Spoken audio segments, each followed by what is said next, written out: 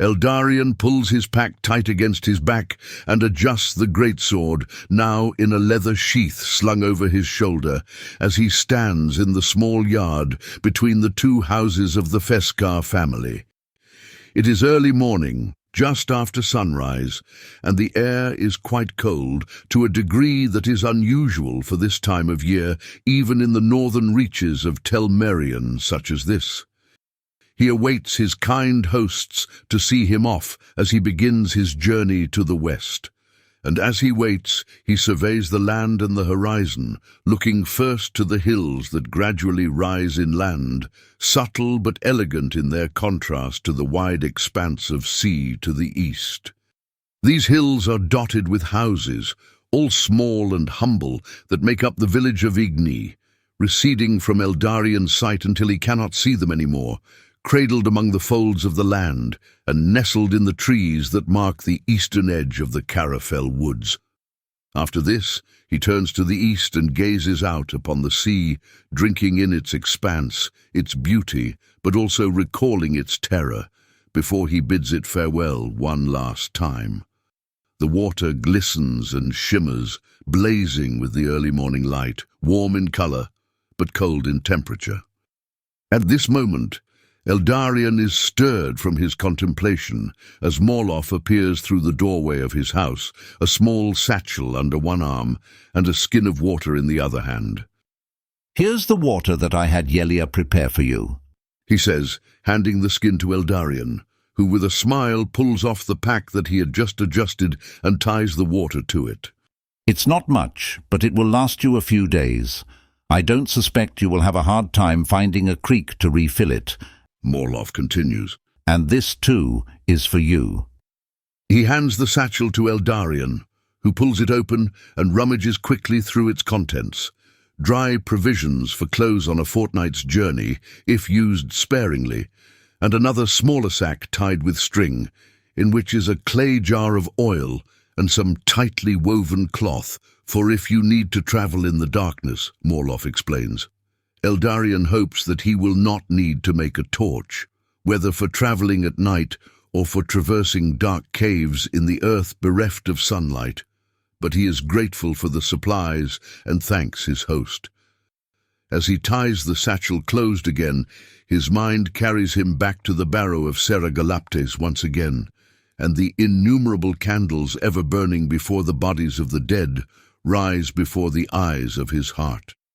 Even at a distance of many years, the lights stir in him feelings both of comfort and of trepidation. Would a normal torch stir less fear and more comfort?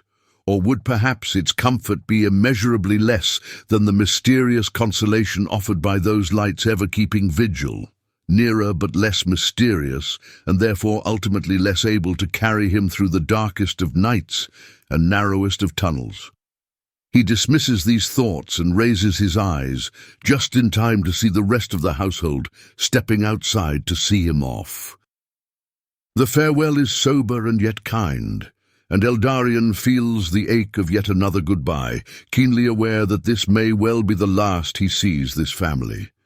"I wish you all the best in your journey, and in what awaits you," Aaliyah tells him quietly. "I am anxious about the state of our land, but I suppose you shall be safe upon the road and off of it. And may the desires of your heart for good come to fruition." "Thank you, Aaliyah," he replies. "You truly have my gratitude for everything." "We shall miss you," Mirand says. "An unexpected friend quickly made is a gift, but it is sad to lose you so soon." "I share in the sadness of parting, but wherever I go, may I be a friend to all I meet on the road, and do good however I may." "I pray that you do not meet enemies instead," Gilia adds.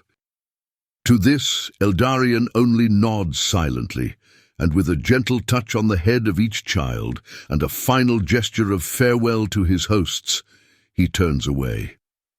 As he begins to walk toward the heart of the land of his youth, now wrought with war and conflict, he makes a decision within himself and reaches up and undoes the braid hanging by his right temple. He does not by this intend to betray the oath which he has taken, but the braid that symbolizes the binding of his heart to the ideals of the empire and to its authorities, considering the present circumstances, must be worn secretly within his heart.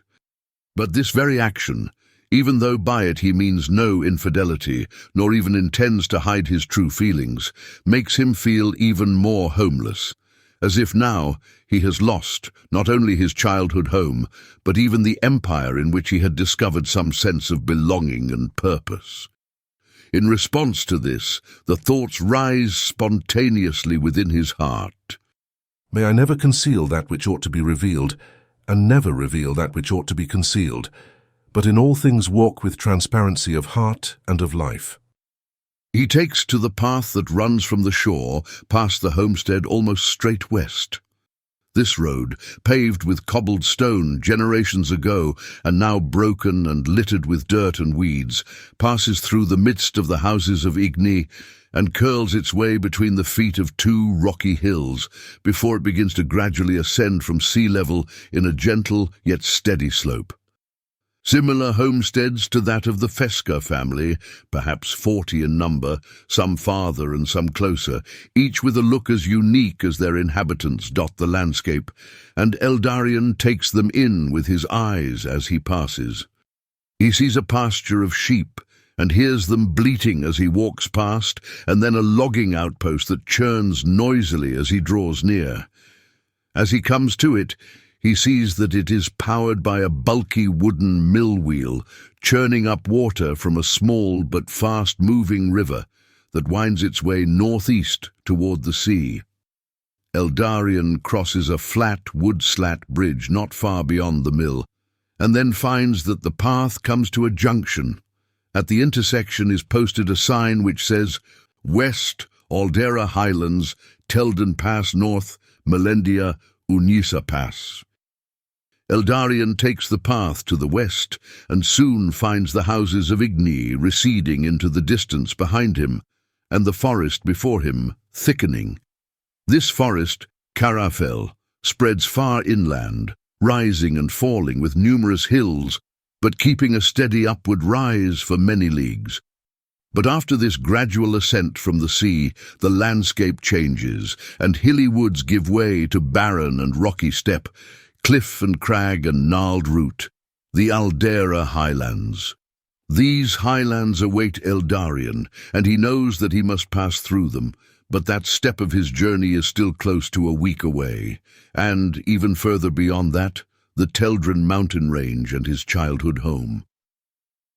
He has never been this far east to Igni, but passed within 50 miles many years ago on the main road that splits the eastern part of Telmerion north to south, connecting Galliard and Clarishy in the north with Ristfand in the south. Trade has become a large part of Telmeric culture in the last few generations, since the establishment of the Onarian and the harmony of the 7 clans. Most of the roads that traverse the landscape of Telmerion date from this period, and thus are still young roads in comparison with the ancient trails that wend their way across fields and through forests, that crawl through valleys and traverse cliffs and mountains. Even in ancient days, however, 3 great roads were established, and through decades of human labour were in differing manners paved and marked with way stations or way shrines. There is the great Teldin Road running east to west or west to east, from which comes the name for Telden Pass, and both in fact take their name from the 2 mountain ranges between which the road traverses. The Teldren Mountains in the north and centre of Telmerion, and the Yend Mountains in the far south. The second road, the Mardas, passes from the town of Clarishier in the north and around the east end of the Teldren Mountains, and then south, the entire length of the continent, to Ristfand. This road has often been used for trade from north to south, and even to this day is part of the route when persons or supplies travel from Igni and other towns on the east coast to the far west, even to Brughill. The third road passes from Brughill in the northwest reaches of the continent to the centre of Telmerion and meets up with the Teldin Road just south of Onilanden. The name of this is Finistra Road, and it continues for a long stretch along the Finistra Range, a wide expanse of low mountains and hills that reach along the center of the continent until meeting with the greater, lofty peaks of the Teldren Mountains. Both of these mountain ranges together give the landscape of Telmerion the appearance of a great mountain rising from the sea, like a conical volcano thrust upward above the waves, yet with innumerable peaks of different heights and splendors, and on all sides descending into lower mountain ranges or hills, or even plains, which then plunge into the ocean. Of unique beauty, and an exception to this conical nature of Telmerion, are the mountains in which Brugg Hill is nestled, which drop off straight, in cliffs hundreds of feet above the sea, into icy cold waters that ever splash against the vertical walls of rock. Another unique exception is the Yend Mountains, which grow close to the ocean and reach their roots right down into the narrow strip of rocky land that has been shaped by the water and yet stands ever against it, unmovable and strong. But there are many other noteworthy landmarks at the meeting of land and ocean, as if this kiss of land and sea can never be exhausted in its glory and its depth, and all across the land the same theme is hit with a different key or sung to a different tune. Eldarien has only seen some of them as much as he has travelled, for his journeys have taken him mostly across the inland of the continent. He has been, however, to Brugg Hill in the northwest, to Ristfand in the south, and to Galayad in the northeast. The 7 clans of Old mark off the land of Telmerion into 7 segments, unequal in size, but equal in wealth of resources and bounty of beauty. These clans have nonetheless become more similar to one another as time has passed. In particular, a great deal of their uniqueness has not survived the flattening effect caused by the control and presence of the Empire. They still retain some unique cultural customs among themselves, and each also has a form of governing structure of their own under the headship of the clan leader, still frequently called a Heras from the ancient tongue, but they are nothing like what they used to be. Unlike in more highly developed and centralized societies, such as the Empire of Valyria, the borders between the clans are unfixed.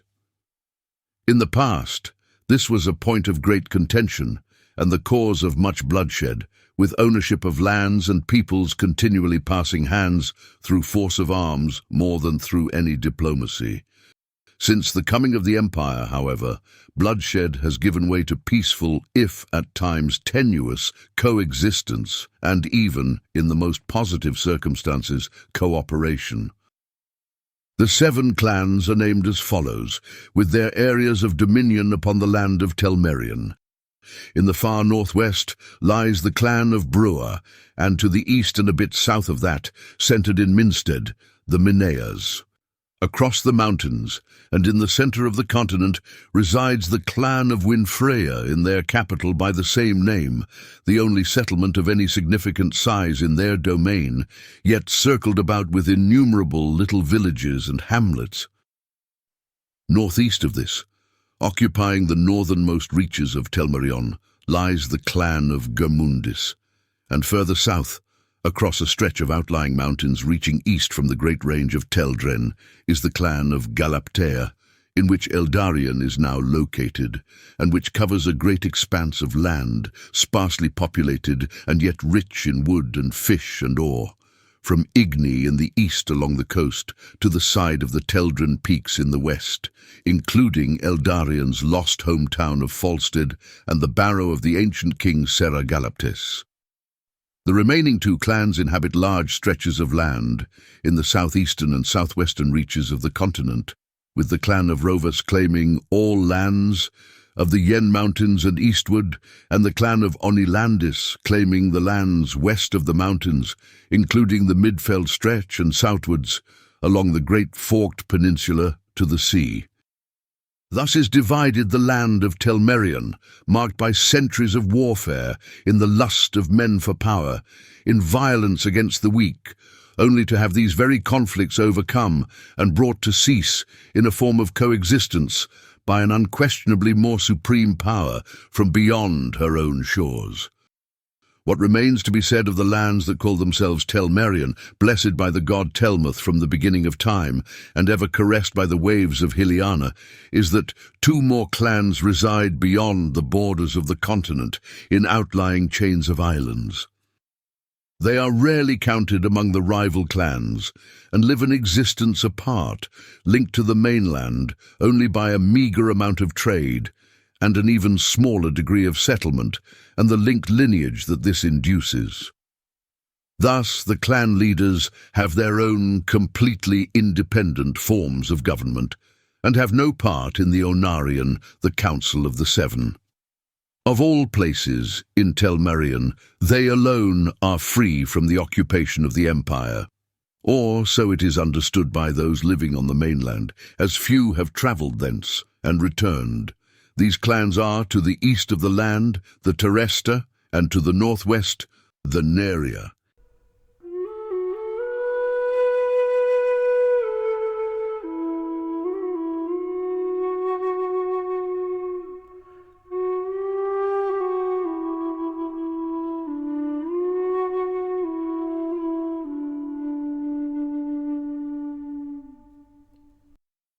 The day warms slightly as Eldarien walks through the woods, and the spring sun dances through the trees and casts speckled rays of light upon the ground, interlaced with shadows of branches and leaves. The walk is tiring simply because of the continual rise and fall of the land, undulating up and down even as the land as a whole progresses ever upward. The path winds very little and only rarely weaves its way between hills, instead traversing them almost without exception in a straight westerly direction. Trees long ago were certainly hewn and dug up to make way for the path, but now they have grown close again and overhang the trail, sometimes with branches hanging so low that Eldarien must duck under them to continue on his way. The air is still, with only hints of breeze whispering through the trees and causing the thick grass on either side of the path to gently sway. Spring is beginning to make her face known in the woods, with many trees in early bud and a few in full bloom, and flowers beginning to unfold themselves, the few flowers that there are in a climate such as this. Eldarien wonders at the state in which he finds the forest, since it is not as he expected. Spring should already have long been in full blossom and leaning already towards summer, and yet here everything looks as if it has been a couple months delayed, hesitant to leave behind the slumber of winter and to welcome the new flowering of life, and yet, after a prolonged hesitancy, yielding to it at last. He stops briefly around midday and sits upon a fallen ancient tree, drinking a bit from the water skin and eating some bread and dried fish. As he sits, he thinks, letting his mind wander back, not now to the long-buried memories that stirred to life beyond his control while he stayed in Igni, but to other memories whose import for the present and the future weigh upon his heart. He finds himself again in the courtyard of a castle of high stone walls, the late morning sun glistening overhead, crowds of people standing about, and his brothers in arms to his left and his right. After years of training, they now stand, squires, before the honour of knighthood, in regal garb, and the legate of the emperor stands before them, with an assistant to his side. After the time of trial comes the glory. The legate begins, in a booming voice clearly intended to be audible to all in the crowd, as well as to the men standing before him. You have shown yourself worthy through service to those placed above you, and through might of arms and strength of will. Now before you stands the glory of knighthood, and if you continue upon the path you have chosen, the glory of battle. I approach you now and speak to you all as one, but each must answer for himself alone. With this, the legate takes a step forward and turns to his assistant, who hands him a sword. You are to profess your oath of allegiance before me, who stand in the place of our great emperor, and before all of the people gathered here. May curses befall you on the day you break such an oath, endangering thus the well-being of the order which you have vowed to protect and uphold." The legate now approaches the first squire in line and gestures for them all to kneel. When they have done so, he places the sword against the squire's shoulder and says, "Do you vow this day to honour in all thy acts and words the glory of the Empire of Valyria, and to obey without question the commands of thy superiors, as if they were the words of the Emperor himself, highest of men and custodian of goodness?" The squire replies, "I do." Moving the sword then to the other shoulder, the legate continues, "In the name of the Emperor, I accept thy profession. Remember always thy oath and honour it, for only in this way, may it be known unto thee, shall thee be of service to those values to which thou hast committed thyself: honour, glory, might, the unity among peoples, the order of society, and the unyielding arm of the law, which punishes the wicked and pardons the innocent." The image now changes in Eldarien's memory, and he finds himself carried in thought to the more recent past. He stands guard at the edge of a military camp in the wilderness of Tel Velfana, a group of tents hidden among the trees. A voice sounds from behind him, and he turns. "Captain, may I have a word with you?" "You may," He replies, "but come stand beside me, for I must be able to keep watch." "Of course." The soldier does so, and after a moment he continues. "I wanted to ask you about the orders we received yesterday." "It is not a soldier's place to question orders," Eldarien says. "What about a captain's?" The soldier says, his voice audibly constricting. Eldarien turns to look at him, startled. "What is this you are suggesting?" "I suggest nothing." "But surely you do." "Well, surely you do not intend to follow through with the command given to us? To slaughter the enemy even if they surrender and to chase them to the death were they to flee?" "They would do the same to us were they given the chance. There is no place for such mercy with an enemy like this," says Eldarien. "Do not make me regret sharing my orders with my subordinates. I have always acted in the belief that even the lowest foot soldier should be privy to the commands given to his leaders, since he too will be forced to stand with them in battle." Eldarien pauses and sighs deeply. "But if it means insurrection—" "Why share with us, if you are not willing to listen to us when we have questions, or do not understand the purpose of our orders?" Eldarien does not immediately reply, touched by the soldier's courage and by the strength of emotion with which he speaks. "Aye." He begins, but falters. "I too have questions, Leric, but I've professed an oath. We all have. We have no choice but to obey." The image changes again, and Eldarien finds himself 2 days later standing upon the battlefield, sword and shield in hand. The cries of battle falter around him as the last survivors fall at the edge of his company's swords. Victory has come, and the threat has been annihilated, utterly crushed under the superior might of the Empire. Before long, surely the lands of Tel Velfana too will surrender and allow themselves to be incorporated into the order that the Emperor brings to all lands that accept his reign. But what will remain of these lands when they surrender? Who will survive to accept such a reign? And of those who survive, what of their own culture, their own way of life, their own traditions? As he looks across the battlefield, stained with blood and littered with the bodies of men from both armies, these thoughts cross Eldarien's mind, but he suppresses them. "To me!" he cries as loudly as he can. "We are victorious. Let us gather what we can for our uses and bury all the dead."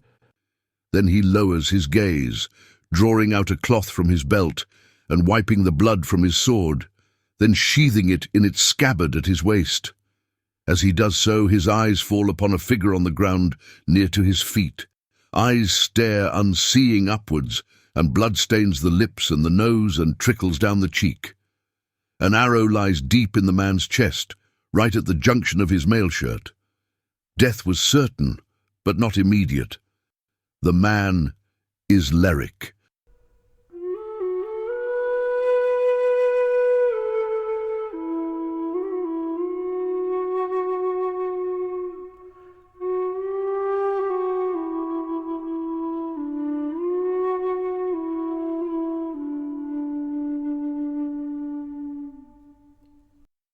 6 days into his journey, Eldarien comes upon a house in the woods. The path winds around the curve of a hill and cuts its way through a thick grove of trees before passing along the edge of a clearing.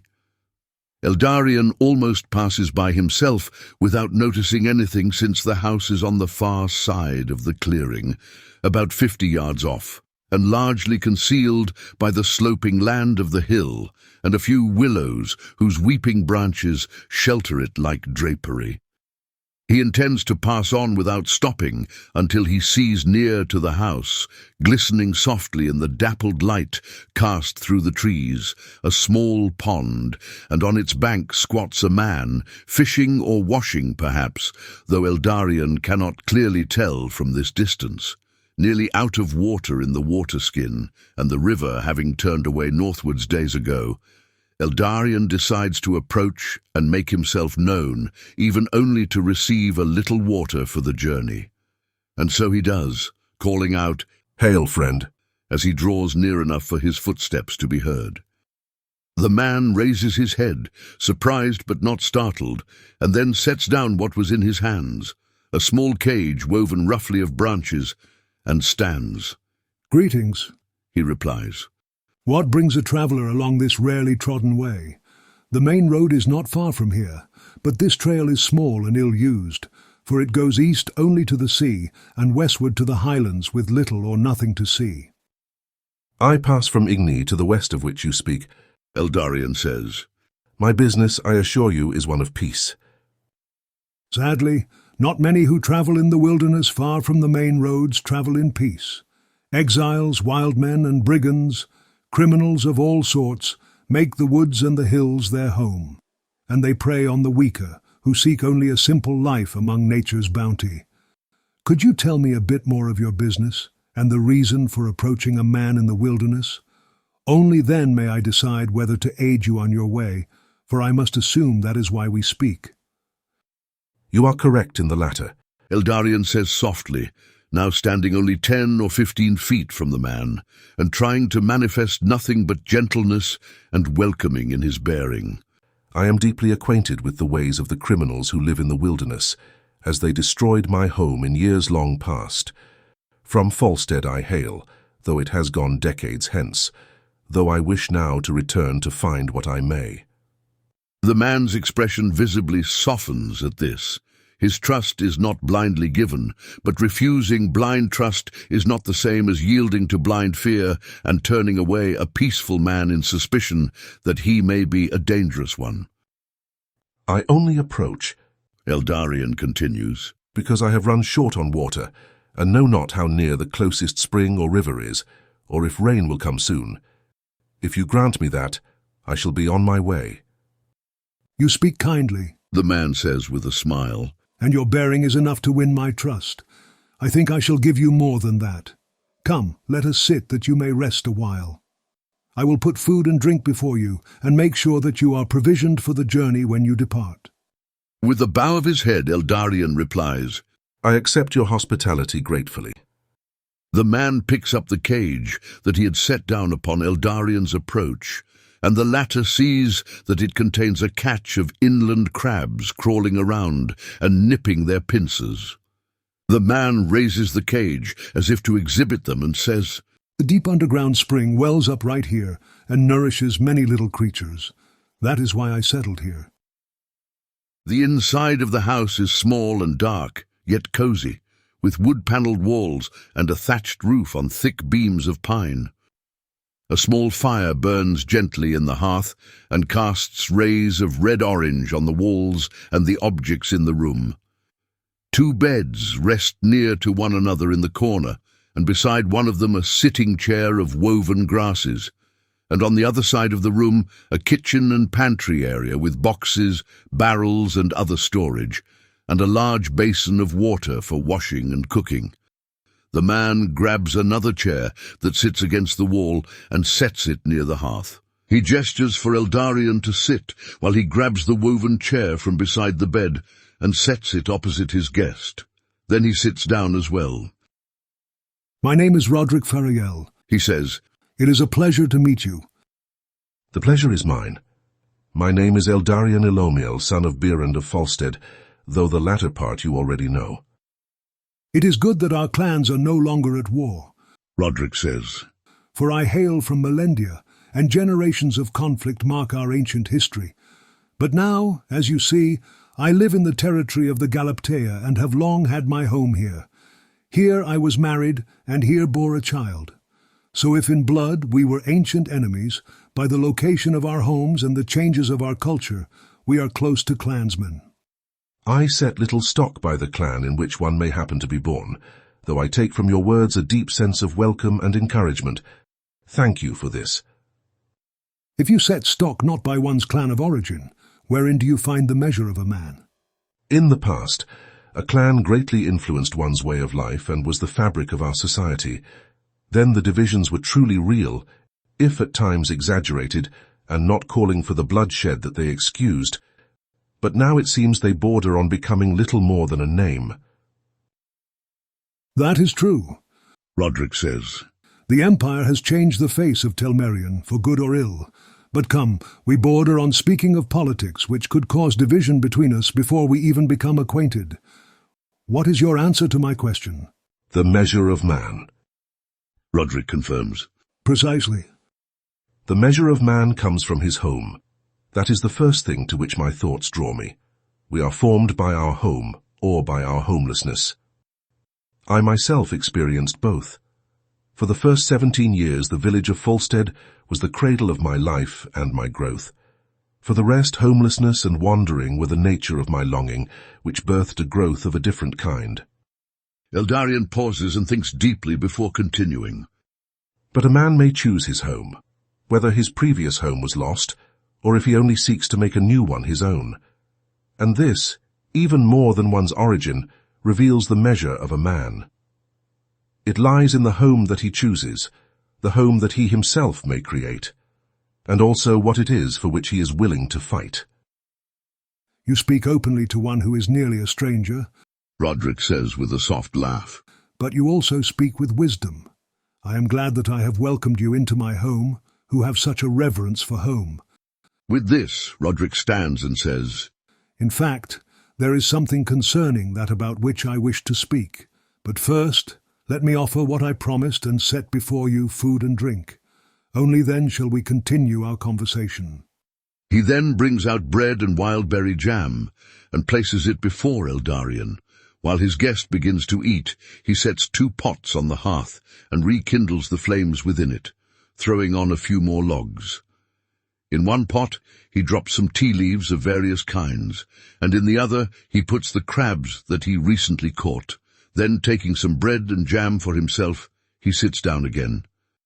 The 2 men sit in silence together for a while, eating and listening to the crackling of the fire. When the water comes to a boil, Roderick pours them both cups of steaming tea. Only then does he begin to speak. You may have noticed, Roderick begins, that I am alone. Neither my wife nor my child are here. Of course, there is nothing odd about that at my age. My wife, you see, has passed on into Melengthar's embrace a half-decade past. My son, Rawlane, however, it is about him that I wish to speak. You see, he lives here with me and has for most of his life. He is about your age, I suppose, or perhaps some years younger. But not 2 days hence, he disappeared while hunting in the woods. He just disappeared. Did you find a trace of where he may have gone? Eldarien asks. Sadly I have. Answers Roderick. Or rather I have, though the trace is sorrowful. Before that, however, let me give you a little information that may or may not be news to you. The beasts in the woods, you see, have been acting strange lately. Not the small ones, mind you, but the larger animals, the predators, the bears and the wolves. They have become unusually aggressive and indeed unusually strong. It is as if they are possessed by some power that is not their own, and with this power, an unknown rage. There are many examples, numerous small encounters over the previous months, perhaps the last year. But it seems to be progressing, this change in the animals. Only last week, a bear came into the clearing, crying out in anger as if it were wounded or defending itself. But when we looked out of the windows, we saw nothing causing its rage and its roaring. We waited a while for it to move on, but instead of leaving, it began to destroy the shed that lies near to the house, tearing at it with its claws as if it were an enemy. Wood splintered and flew in the air, and we were startled. It is then that Rorlain grabbed a hunting bow and lifted the pane on the window. A fine shot he is, and he pierced the bear directly in the heart. But to our surprise and fear, it did not die. It did not even fall to the ground. No, it did not even flee. It turned as if to attack us, rearing up on its hind legs and swiping at the air, screaming out in a horrid voice, a bear's voice, but filled with something more terrifying than I have ever heard. It charged, and my son loosed 3 more shots before the bear finally fell to the earth and died with a great echoing cry, and that only a few feet from the open window. Afraid to eat the meat of such an animal, or even to make use of the skins and fur, fearing it either diseased or cursed, we buried it in the woods. But that is not all. The day that Rorlain disappeared, that morning before he left for his hunt, he brought me out to the bear's burial place and showed me. The grave was empty, dug up, with earth cast this way and that, not by a shovel, but as if by some beast with great claws. I should have been concerned then that something was amiss and forbade him to depart on the hunt, but I did not do so.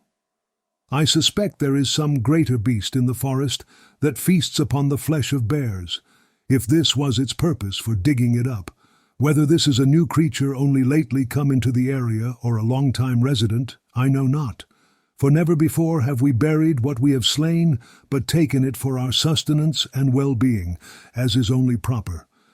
But even so, if the beast were lately nearby and causing the bear itself to act so oddly, if indeed the two things are related, then I suspect it may have something to do with the disappearance of my son. Eldarien receives all of this in silence, with heart both grieved and unsettled. After the old man's words are concluded, he says, I am greatly sorry for the losses you have suffered, of your wife and now your son, though I pray the latter may yet return to you. Thank you, as do I. In which direction did your son depart on his hunt? To the northwest. We are not far from the highlands, and many elk live along the edge of the forest. We usually walk northwest until coming to a small river or stream, the first we come upon, and follow this to the place where the forest meets the highlands. Would you like my assistance in finding your son? Eldarien asks. It is too much of a request to make, and too dangerous, I fear. Roderick sighs. Surely you share what has happened, not only to let me know of your situation, but also because you wish for my aid. That is true, but... No, please, I offer my assistance freely. I wish to help you discover the whereabouts of your son, though I warn you that I may find something that brings greater grief, or confirms it. I understand and expect as much, responds Roderick. But still I wish to know. I cannot just leave things as they are. I myself have travelled far both days since he left and found nothing, and I am old and weary from the journey of life. There is little I can do, and a long journey through the wilderness on a tenuous search is beyond me. Then I'm glad I came by when I did. As am I. Your presence has become a sign of hope to me, and I read your coming as provident gift, though I suppose that is yet to be proven true. I will do all in my power to bring you a conclusion to your search, for good or ill. It shall be good simply to know, whatever the outcome. Roderick says, though clearly my heart is torn with worry for my son, and I wish for him to return in safety and wholeness.